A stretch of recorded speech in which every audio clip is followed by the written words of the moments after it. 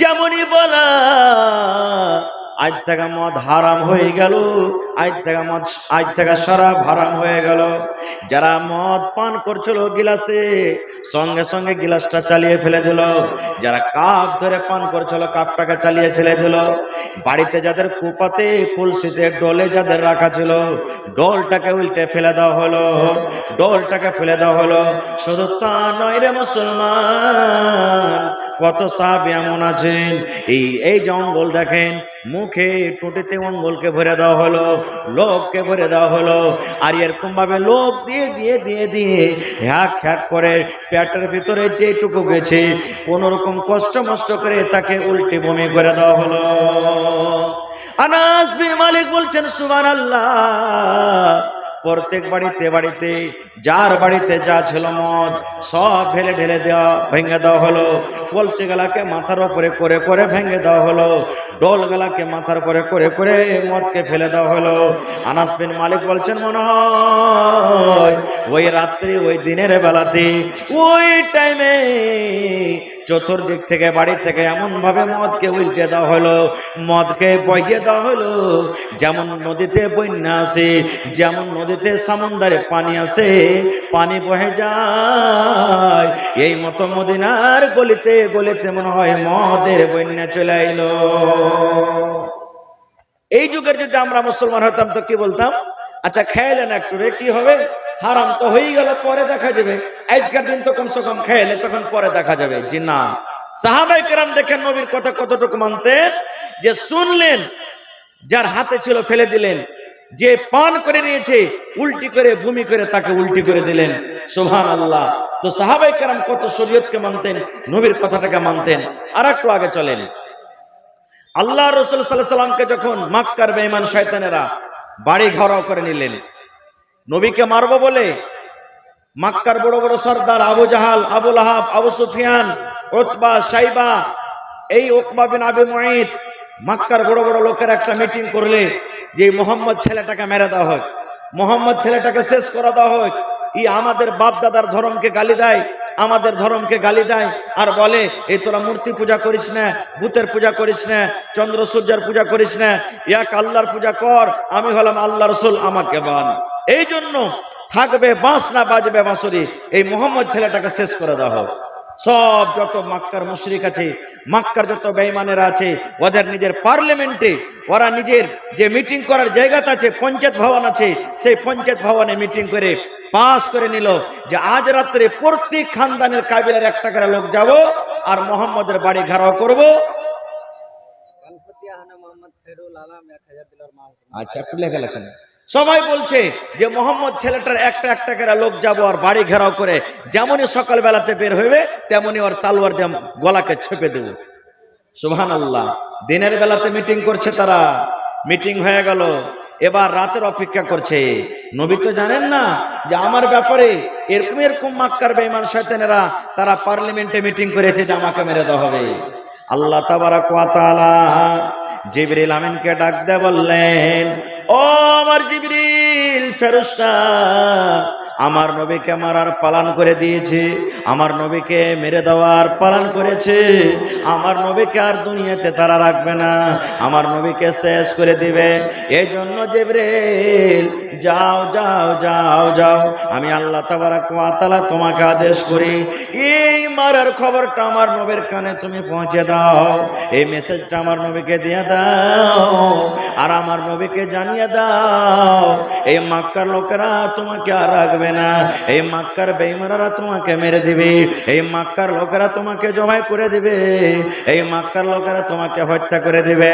এই জন্য তাড়াতাড়ি করে রাতের বেলাতে এই যে সামনে রাতটা আছে, যখন বেলাটা ডুবে যাবে, যখন সূর্যটা ডুবে যাবে, সূর্য ডুবার পর সময় দেখে সুযোগ দেখে মুহাম্মদ তুমি মক্কা ছেড়ে মদিনাতে তুমি রওনা হয়ে যাও, তুমি মক্কা থেকে মদিনা তুমি রওনা হয়ে যাও, তুমি হিজরত করে চলে যাও। লম্বা ঘটনা আছে, আমি ঘটনার দিকে যাব না ভাই। শেষ কথা, নবীজি নিজের জামাই হযরত আলী রাদিয়াল্লাহু তাআলা আনহুকে ডাক দিয়েছেন দিনের বেলাতে। ডাক দেওয়ার পর তখন আলীকে বলছেন, আলী একটা কথা বলবো বাবা। বলছে কি? আল্লাহ রাসূল বলছেন, আলী রে, এই মক্কার বড় বড় নেতারা, বড় বড় সর্দারেরা আমাকে মেরে দিবে বলে পালান করেছে। এই মক্কার বেঈমানেরা আমাকে মেরে দিবে বলে পালান করেছে। আর ওই বেঈমানের মধ্যে আমার চাচা আবু জাহাল আছে, আমার চাচা আবু সুফিয়ান আছে। এই জন্য রে আলী, আমি হিজরত করে আজ রাতে আমি চলে যাব মদিনা।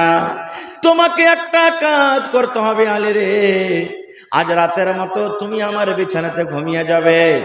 আর আমি যে চাদরটা গায়ে দিয়ে ঘুমাই, ওই চাদরটা দিয়ে তুমি মুখটা ঢেকে নেবে।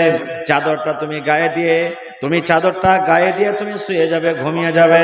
আর আলী শুনে নাও, আমার সাথে সাথে তোমাকে আমি নিয়ে যেতাম, কিন্তু নিয়ে যাব না। কেন নিয়ে যাব না? মক্কার লোকেরা নবীকে খারাপ মনে করতো, মক্কার লোকেরা নবীর কথা মানত না, কিন্তু নবীকে আমিন আমিন বলে ডাকতো, নবীকে সাদেক সাদেক বলে তারা ডাকতো।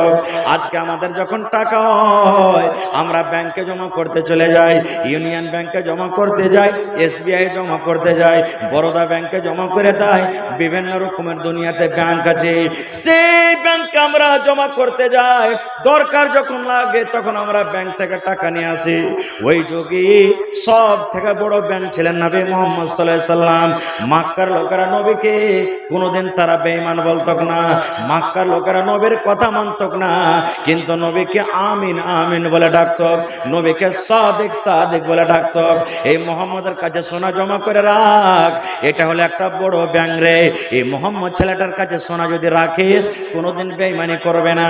এই মুহাম্মদ ছেলেটার কাছে তোরা টাকা জমা করে রাখ, এই টাকা যদি তার কাছে জমা করে রাখিস, কোনোদিন খিয়ানত করবে না।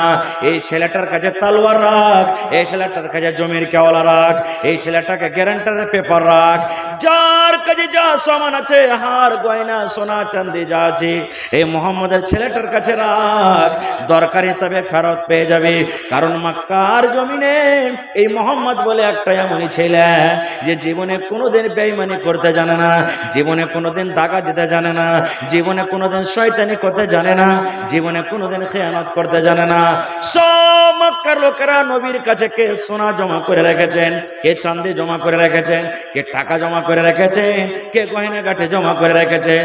আল্লাহর নবী আলীকে বলছেন, আলী রে, যদি তুমি আমার সাথে চলে যাও আর তোমাকে যদি আমি হিজরত করে নিয়ে চলে যাই, তাহলে মক্কার লোকেরা আমার কথা মানবে না। মক্কার লোকেরা আমার পরে যেটা বিশ্বাস করে রেখেছে, মক্কার লোকেরা যেটা আমার পরে মহব্বত ভালোবাসা রেখে রেখেছে, মক্কার লোকেরা যেটা আমাকে টাইটেল দিয়ে রেখেছে আমিন সাদিক, এই কথাটা ভেঙে যাবে। এই জন্য আলী তুমি শুনে নাও, আমি নবী মুহাম্মদ আজ রাত্রে হিজরত করে চলে যাব। আর এই ঘরের ভিতরে মক্কার অমুক লোকের সোনা রাখা আছে, অমুকের হলো এটা দান, অমুকের হলো এটা চাঁদে, অমুকের এটা তালওয়ার, অমুকের হলো এটা কাওয়ালা। আলী শুনে নাও, সকাল যখন হবে আলী রে, তুমি একে এক করে ডেকে ডেকে ডেকে ডেকে ডেকে যার যেটা সামান আছে তুমি তার হাতে তুলে দিবে। আর হাতে তুলে দেওয়ার পর তুমিও মদিনার দিকে রওনা হয়ে যাবে। নবীজি বুঝিয়ে দিলেন সব। এবার নবীজি রাত লেগে গেল, রাত লেগে গেল। মক্কার লোকেরা যারা পালন করেছিল যে সুবহানাল্লাহ, এই রাত্রে নবীকে শেষ করে দেবো, মোহাম্মদকে শেষ করে দেবো। ঘটনাটা লম্বা, আমি ঘটনার দিকে যাব না।